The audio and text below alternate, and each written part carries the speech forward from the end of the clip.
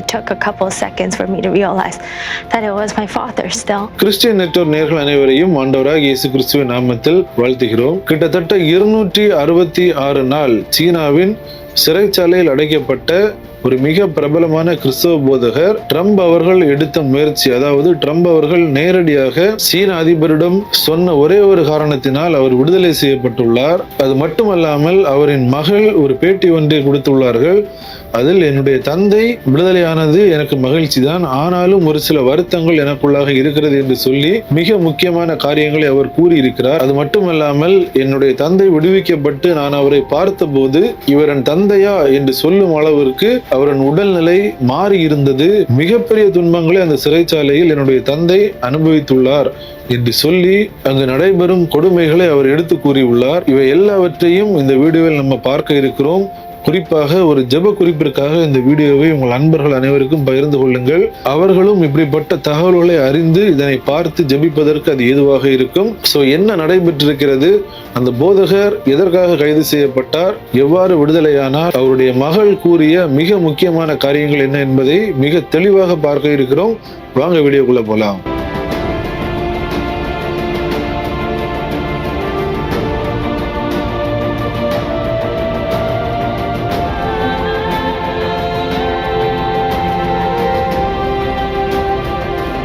சீனாவில் மிகப்பெரிய அளவில் தேவனுடைய ஊழியத்தை செய்து வந்த கிறிஸ்தவ போதகர் தான் எஸ்ரா ஜின். அதாவது சீனாவில் சியோன் சர்ச் என்று சொல்லப்படுகின்ற ஒரு கிறிஸ்தவ அமைப்பு ஒன்றை அவர் உருவாக்கி மிகப்பெரிய அளவில் சுவிசேஷ ஊழியங்கள் செய்து வந்துள்ளார். அந்த திருச்சபை மிக வேகமாக வளர ஆரம்பிக்கிறது. அநேக பிரான்ச் சர்ச்சஸ் உருவாகிறது. அங்கு கிறிஸ்தவ போதனைகள் மட்டும் செய்வதல்லாது அநேக மக்களுக்கு அநேக உதவிகளை அந்த திருச்சபையின் மூலம் அவர்கள் செய்து வருகிறார்கள். இவர் மட்டுமல்ல, இவரோடு அநேக உடன் ஊழியர்களும் அங்கு இருக்கிறார்கள். அநேக வாலிபர்கள், அநேக மக்கள் ஆண்டவராக இயேசு கிறிஸ்து தான் உண்மையான தெய்வம் என்பதை அறிந்து கொண்டு இயேசு வண்டைக்கு வராங்க. சீனா எப்படிப்பட்ட ஒரு தேசம் என்று உங்க எல்லாருக்குமே தெரியும். சீனா ஒரு கம்யூனிஸ்ட் கண்ட்ரி, கம்யூனிச கோட்பாடுகளை உள்ளடக்கிய ஒரு நாடு. இப்படிப்பட்ட ஒரு நாட்டில் ஆண்டவராக இயேசு கிறிஸ்துவை குறித்து அறிவிப்பது, அங்கு ஒரு தேவாலயத்தை நடத்துவது, இவை எல்லாமே பெரிதும் கடினமானது. ஆனாலும் இவை எதனையும் பொருட்படுத்தாமல் அந்த போதகர் ஆண்டவராக இயேசு கிறிஸ்துவை மெய்யான தெய்வம் என்பதை அறிவித்து அங்கு ஊழியத்தை செய்து வந்துள்ளார். இந்நிலையில் பல ஆண்டுகளாக இந்த திருச்சபைகளை அங்குள்ள அரசாங்கம் கண்காணிக்க ஆரம்பிக்கிறது. மேலும் இந்த சியோன் திருச்சபைக்கான ரெஜிஸ்ட்ரேஷனையும் அவர்கள் ரத்து பண்ணுகிறார்கள். இனிமேல் இப்படிப்பட்ட தேவாலயங்கள் இங்கு நடைபெறக்கூடாது என்ற அந்த உள்நோக்கத்தோடு அவர்கள் இப்படிப்பட்ட காரியங்களை செய்கிறார்கள். ஆனாலும் இவ்வாறு சீன அரசாங்கம் பல்வேறு முயற்சிகளை, அதாவது கிறிஸ்தவத்தை தடுப்பதற்கு பல்வேறு முயற்சிகளை ஏற்படுத்தின போதிலும் அந்த சியோன் சர்ச் ஒரு அண்டர் கிரவுண்ட் சர்ச்சாக அங்கு செயல்பட்டு வந்தது. அநேக மக்கள் வீடுகளில் இணைந்து தேவனை ஆராதிப்பதும் மறைமுகமாக அங்கு தேவனை ஆராதிக்கும் அந்த செய்திகள் எல்லாமே நம்மளால் பார்க்க முடிகிறது. இந்த நிலையில் இந்த போதகர், இவருடைய அந்த சியோன் சர்ச், இவரோடு இருக்கின்ற உடன் ஊழியர்கள், இவர்கள் எல்லார் மேலேயும் அரசாங்கம் ஒரு கண் வைக்கிறாங்க. இவர்களை எப்படியாவது தடுக்க வேண்டும். அதாவது கம்யூனிச கோட்பாடுகளில் இருக்கும் மக்கள் இயேசு கிறிஸ்துவே உண்மையான தெய்வம் என்பதை அறிந்து நம்முடைய கோட்பாடுகளை விட்டு செல்கிறார்கள் என்பது அந்த அரசாங்கத்தால் ஏற்றுக்கொள்ள முடியவில்லை.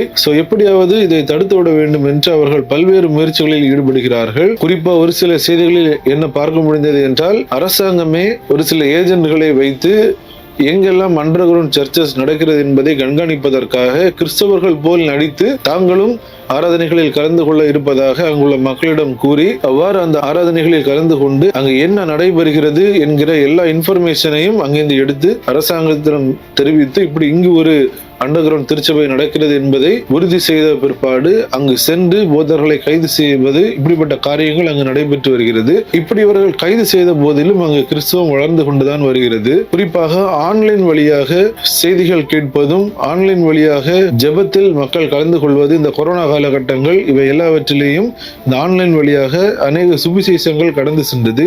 இவற்றையும் அங்குள்ள சீன அரசாங்கத்தால் பொறுத்து கொள்ள முடியவில்லை. உடனடியாக ஒரு சட்டம் ஒன்றை ஏற்றுகிறார்கள். ஆன்லைன் வழியாக இனி யாருமே மதம் சார்ந்த விஷயங்களை பகிரக்கூடாது, அவ்வாறு பகிர்ந்தால் அது மிகப்பெரிய குற்றமாகும் என்ற ஒரு சட்டத்தை அவர்கள் இயற்றுகிறார்கள். இவ்வாறு இந்த சட்டத்தின் காரணமாக கிறிஸ்தவத்தை நம்மால் தடுத்து விடலாம் என்று அவர்கள் நினைத்தார்கள். அந்த வகையில் சென்ற ஆண்டு அக்டோபர் மாதத்தில் இந்த எஸ்ராஜின் என்று சொல்லப்படுகிற அந்த போதகர் மற்றும் அவரோடு இருந்த பல உடன் ஊழியர்கள் கைது செய்யப்படுகிறார்கள். கைது செய்யப்பட்டு சிறையில் அடைக்கப்படுகிறார்கள். மேலும் அவர்களின் குடும்பத்தினரையும் அவர்களை பார்க்க விடவில்லை, அவருடைய வழக்கறிஞரையும் பார்க்க விடவில்லை. அவரின் உடலில் ஒரு சில நோய்கள் இருந்துள்ளது, அதற்கான மருந்துகள் அவற்றையும் எடுப்பதற்கு அந்த அரசாங்கம் அனுமதிக்கவில்லை. மிகப்பெரிய சித்திரவதைகளை அவர்கள் அனுபவித்து வந்தார்கள். இவர்களின் குடும்பம் அவர்கள் அமெரிக்காவில் வசித்து வருகிறார்கள். எவ்வளவோ முயற்சிகளில் ஈடுபட்டும் அந்த போதகரை காண்டாக்ட் பண்ண முடியவில்லை. அப்படிப்பட்ட செய்திகளை பார்க்க முடிந்தது.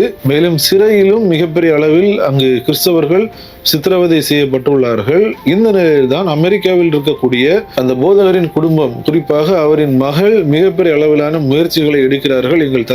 எங்கள் தந்தை மற்றும் பிற போதகர்களை எப்படியாவது விடுதலை செய்ய வேண்டும் என்ற பல்வேறு முயற்சிகளை அவர்கள் எடுக்கிறார்கள். அந்த வகையில் அமெரிக்க அதிபரான ட்ரம்ப் அவர்களிடம் இந்த விவகாரம் செல்கிறது. இதை பார்த்த அவரும் கண்டிப்பாக இதற்கான முயற்சிகளை நான் எடுக்கிறேன் என்று அவர் உறுதியளித்துள்ளார். அந்த வகையில் அமெரிக்க அதிபரான ட்ரம்ப் அவர்கள் ஒரு சுற்றுப்பயணமாக சீனாவுக்கு வருகிறார். அவ்வாறு அவர் வந்தபோது நேரடியாக அவர் சீன அதிபரிடம் இந்த போதகரை உடனடியாக விடுதலை செய்ய வேண்டும் என்ற ஒரு கோரிக்கையை அவர் வைத்துள்ளார். அந்த கோரிக்கைக்கு இணங்க தற்போது போதகர் எஸ்ரா ஜின் அவர்கள் விடுதலை செய்யப்பட்டுள்ளார். இந்த செய்திகள் தற்போது வெளியாகி அனைவரையும் மகிழ்ச்சி அடைய செய்துள்ளது. இதை பற்றி அவருடைய மகள் ஒரு டிவி சேனல்ல ஒரு பேட்டி ஒன்றை கொடுக்கிறார்கள். அதில் அவர்கள் கூறும் ஒரு சில செய்திகள் மிகப்பெரிய வேதனை அளித்தது. அதாவது, என்னுடைய தந்தை அங்கிருந்து விடுதலை செய்யப்பட்டார். விடுதலை செய்யப்பட்டவுடன் அவரை ஒரு காரில் ஏற்றி, ஒரு ரயிலில் ஏற்றி உடனடியாக விமான நிலையத்தில் அவரை கொண்டு வந்து விமானத்தில் ஏற்றி இங்கு அனுப்பி வைத்து விட்டார்கள்.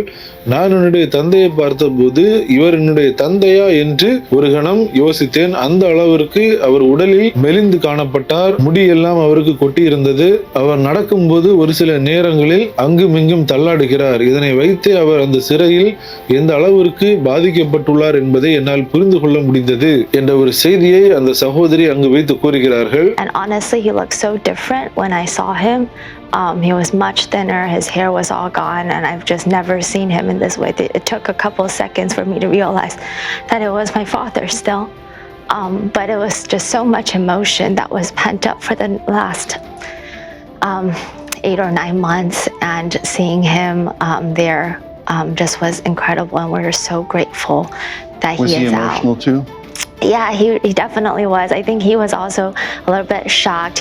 He didn't even know where he was going when they took him out of the prison. He was just shoved into a car and then sent from the car to the train to the airplane, and then all of a sudden he was in the US, and so he didn't have a chance to say anything, take anything.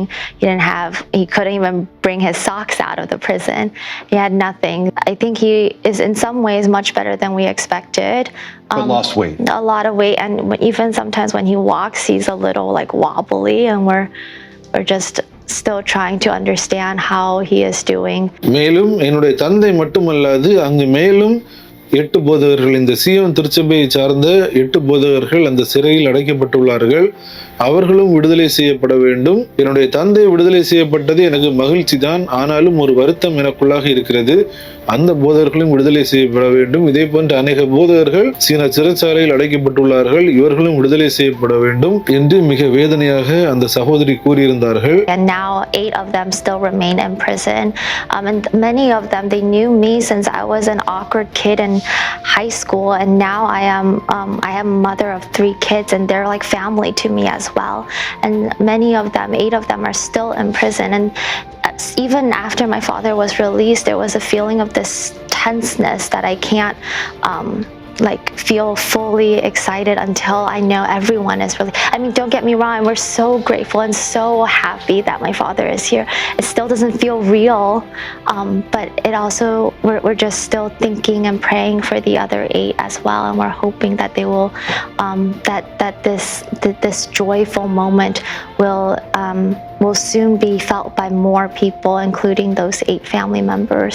மேலும் என்னுடைய தந்தையின் நோக்கம், நான் எவ்வாறு தேவனுடைய அன்பை அன்பை பெற்றேனோ இந்த அன்பை அனைத்து மக்களும் பெற வேண்டும். இதுவே அவருடைய நோக்கமாக இருந்தது. அது மட்டுமல்லாமல் அங்கு உள்ள அநேக மக்களுக்கு பல்வேறு உதவிகள், பல்வேறு சேவைகளை அவர்கள் செய்துள்ளார்கள்.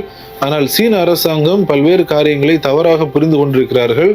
நாங்கள் ஒருபோதும் சீன அரசாங்கத்தை எதிர்க்கவில்லை. நாங்கள் ஆண்டவராக இயேசு கிறிஸ்துவை ஏற்றுக்கொண்டிருக்கிறோம். நாங்கள் எங்கள் வழியில் வாழ வேண்டும், இதனை நாங்கள் விரும்புகிறோம் என்றும் அந்த சகோதரி கூறியிருந்தார்கள். இந்த செய்திகளை பார்க்கிற நாம் எல்லாருமே சீனாவுக்காக ஜெபிக்க வேண்டும். இந்த எஸ்ரா ஜின் என்று சொல்லப்படுகிற அந்த போதகர் விடுதலை செய்யப்பட்டுள்ளார். அது நமக்கு மிகப்பெரிய மகிழ்ச்சி தான். ஆனாலும் அங்கு இன்னும் 8 போதகர்கள், இந்த சீயோன் திருச்சபையை சார்ந்த 8 போதகர்கள் சிறைச்சாலையில் தான் இருக்கிறார்கள். அவர்கள் விடுதலை செய்யப்பட வேண்டும். அவர்கள் மட்டுமல்லாது வேறு பல்வேறு போதகர்களும் அங்கு சிறைச்சாலையில் இருக்கிறார்கள். இவர்களும் விடுதலை செய்யப்பட வேண்டும். மிகப்பெரிய அளவில் அவர்கள் அங்கு கொடுமைகளை அனுபவிப்பதை நம்மால் பார்க்க முடிகிறது. இந்த நிலைமைகள் மாற வேண்டும். உலகத்திலேயே மிகப்பெரிய அளவில் பைபிள் அச்சடிக்கப்படுகிற ஒரே இடம் சீனா தான். ஆனால் அந்த சீனாவில் இந்த அளவிற்கு கிறிஸ்தவர்கள் கொடுமைகளை அனுபவிப்பதையும் சுதந்திரமாக இயேசு கிறிஸ்துவை குறித்து கூறுவதற்கும் ஆன்லைன் வழியாக கிறிஸ்தவ செய்திகள், மத ரீதியான காரியங்களை அவர்கள் பகிர்ந்து கொள்வதற்கு தடை விதிக்கப்பட்டுள்ளது. மிகவும் வேதனைக்குரிய காரியம். இந்த நிலைமைகள் மாற நாம் கண்டிப்பாக ஜெபிப்போம். இந்த தகவலை தவறாமல் உங்கள் நண்பர்களுக்கும் பகிர்ந்து கொள்ளுங்கள். இப்படிப்பட்ட தகவல்களை அறிந்து அவர்களும் ஜெபிப்பதற்கு அது ஏதுவாக இருக்கும். மீண்டும் இன்னொரு வீடியோவில் உங்களை சந்திக்கிறேன். தேவன் தாமே உங்கள் அனைவரையும் ஆசீர்வதிப்பாராக. ஆமென்.